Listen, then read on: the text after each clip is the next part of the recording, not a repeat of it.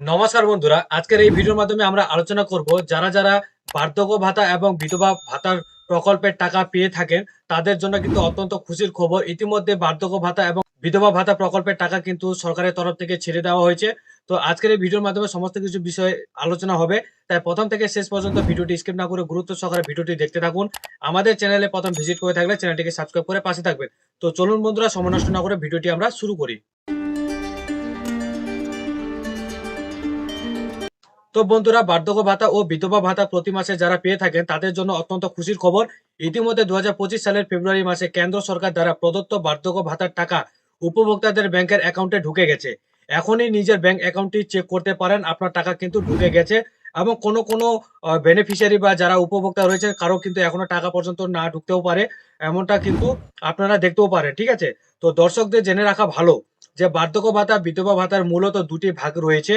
প্রথমত যে ভাগটি বলা হয়েছে, যারা অনেকদিন আগে থেকে বার্ধক্য ভাতা ও বিধবা ভাতার টাকা পাচ্ছেন তারা আসলে কেন্দ্র সরকারের ভাতা পান। ঠিক আছে, এই টাকা ঢোকার সময়সীমা আগে থেকে জানা যায় না, প্রতি মাসে 15 তারিখের মধ্যে কিন্তু এই টাকা ঢুকে যায়।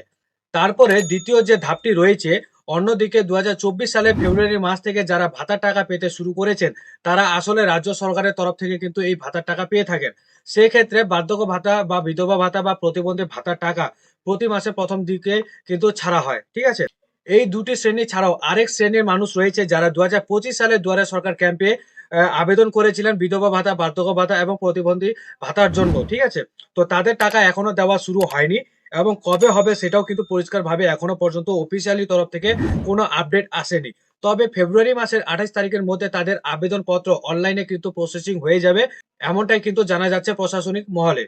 সেক্ষেত্রে আপনার নিকটস্থ বিডিও অফিস বা এইচডিও অফিসেও গিয়েও কিন্তু আপনার প্রকল্পের আপডেট আপনারা অবশ্যই জানতে পারেন। আপনার যে পার্শ্ববর্তী বিডিও অফিস রয়েছে বা এইচডিও অফিস রয়েছে সেখানেও গিয়েও কিন্তু আপনারা খোঁজ খবর নিতে পারেন যে আপনি যে প্রকল্পের জন্য আবেদন করেছেন সেই প্রকল্পের টাকা আদৌ আপনার কবে ঢুকবে আপনার ব্যাংক অ্যাকাউন্টে, সেই বিষয়ে কিন্তু আপনারা এইচডিও অফিস বা বিডিও অফিসে কিন্তু গিয়েও আপনারা জানতে পারেন। এবং রাজ্য বাজেট পেশ হয়েছে ফেব্রুয়ারি মাসে 12 তারিখে, কিন্তু এই বাজেটে নতুন যারা আবেদন করেছেন তাদের কিন্তু টাকা ছাড়া নিয়ে কোনো কথা বলা হয়নি। তাই কবে থেকে নতুনরা টাকা পেতে শুরু করবেন তা কিন্তু বলা যাচ্ছে না ইতিমধ্যে। তো লক্ষ্মী ভান্ডার প্রকল্প থেকে শুরু করে বার্ধক্য ভাতা, বিধবা ভাতা এবং প্রতিবন্ধী ভাতা সহ বিভিন্ন ধরনের কিন্তু ভাতা যারা আবেদন করেছিলেন তাদের টাকা ছাড়তে এখনো দেরি আছে বলে আশা করা যাচ্ছে। এবং কিছু উপভোক্তা রয়েছে তাদের কিন্তু টাকা কিন্তু ইতিমধ্যে ব্যাংকের অ্যাকাউন্টে সরাসরি ঢুকে গেছে। এবং যারা এই কেন্দ্র সরকারের আওতায় এই বার্ধক্য ভাতা বা বিধবা ভাতা বা প্রতিবন্ধীর টাকা পাচ্ছেন তাদের কিন্তু ব্যাংকের অ্যাকাউন্টে ঢুকে গেছে।